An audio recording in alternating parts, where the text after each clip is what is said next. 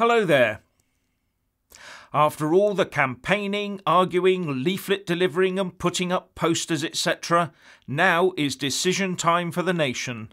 And the next item on the agenda after voting will be the BBC general election exit poll result.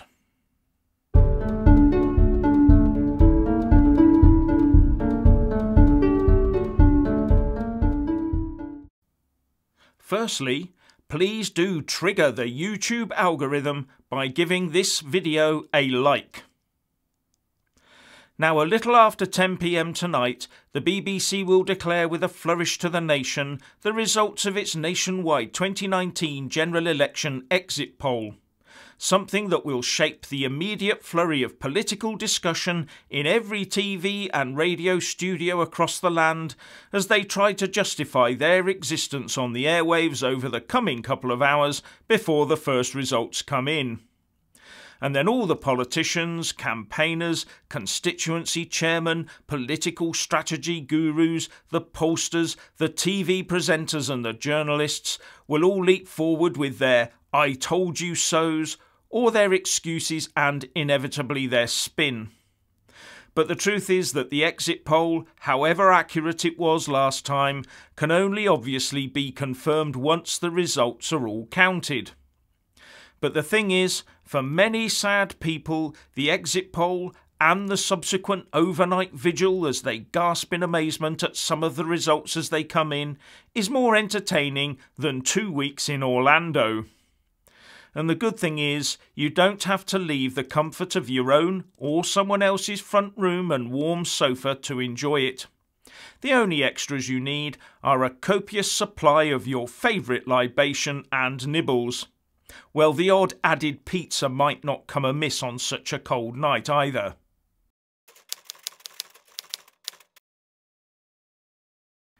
But after the exit poll comes the wait to see which constituency can win the race between Newcastle and Sunderland to be the first to declare a result. As the BBC says, the sight of sprinting students carrying ballot boxes into northeast counting centres has become a feature of election night coverage. And it goes on to say, Sunderland has traditionally been the quickest to reveal the first result of the night, usually within an hour of voting ending. From 1992 until 2015, the first election result was announced there. But in 2017 there were gasps when it emerged near neighbours Newcastle had beaten them by a clear 9 minutes.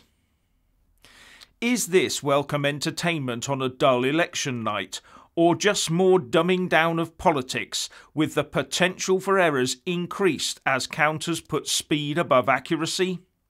I'll let you decide on that one.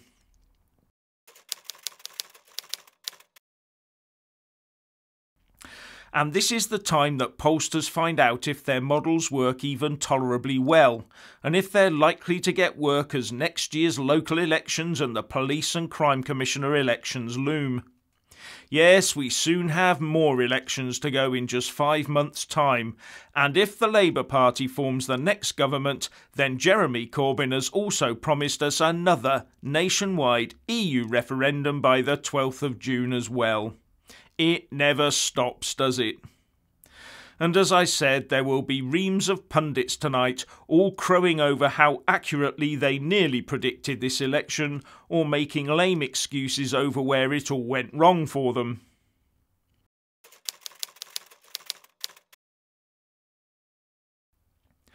But the one thing that might surprise is that despite the weather, the turnout seems to be pretty strong. I've just been to vote myself, and the polling station staff tell me they've had a brisk morning, and some pictures in the metro show queues of people round the block waiting patiently to vote. And journalist Lebby Ears tweeted, "Voted. Lived in Corbyn's constituency for 10 years. Today was the first time I have ever had to queue for any election, general, council or the referendum. Squeaky bum time." And another tweet from someone called Janekin24 said, "We've just voted. Big village, small town. Massive turnout. Bigger than anything they've seen before. The Brexit vote is out, I am sure of it. Personally, I think the Brexiteers, the Remainers, the lefties and the right will all be out today. But there are also stories of inclement weather conditions hampering access to their polling stations for some elsewhere in the country. And these factors might have a bearing on how this election pans out. There might be quite a difference in turnout in different areas.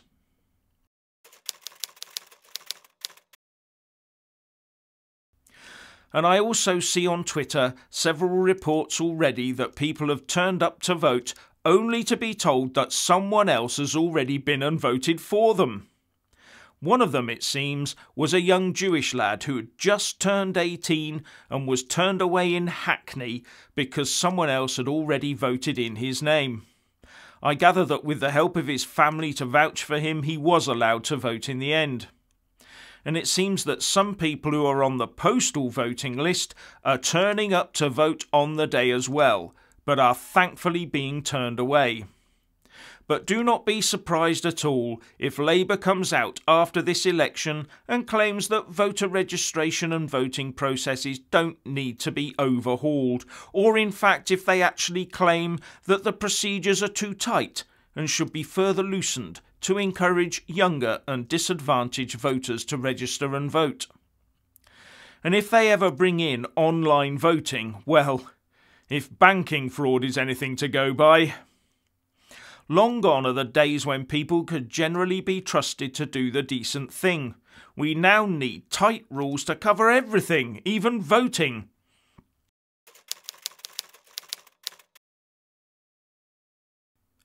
My advice today is get out and vote. Use it or someone else might use it for you. Then straight after this election we need a thorough root and branch reform of all our electoral procedures.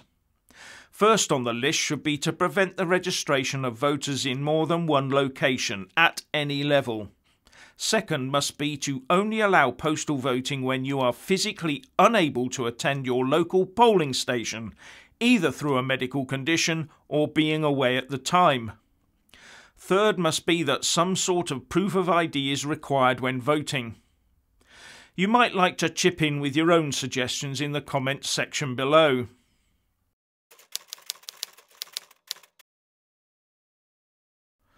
One real concern doing the rounds across social media today is that of British Jews worried about their future under a potential Corbyn government. And I have to say it's looking more and more like some people are content to vote for a party that shows racism against a minority of our community and then treat that as a price worth paying in order for them to achieve their own political aims. Sad really, isn't it? And if these people who so easily vote for the freebies that Corbyn and Labour offer come mainly from the younger generation, then I would think that those people who have been educated by living through history would be correct in believing that our schools and universities have failed in their task.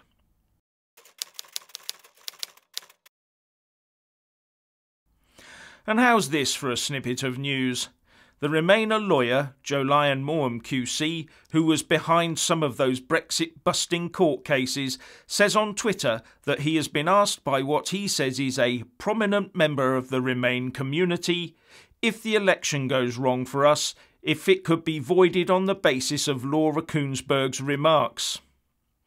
This comes after the BBC political editor Laura Kuenssberg said on TV that campaigners on both the left and right had told her that from the postal votes they'd seen, Labour was going to have a bad day today. Journalists, of course, should not be saying things that could sway voters, and there's also the issue of people being able to see postal votes. On that latter point, I will say that I've been to many an election count, and when the number of postal votes is being verified on set days in the run-up to the election, the papers are counted face down with the intention of hiding how people have voted. But those party supporters who are authorised to watch these verifications to ensure they are done properly do inevitably see a proportion of the fronts, so they can get a gut feeling of how it looks. But also bear in mind that it is more the elderly that go in for postal voting, and they are the ones, it is claimed, that will be voting for the right and for Brexit. But as to voiding an entire election for what one TV presenter says, I think that's getting a bit desperate, don't you?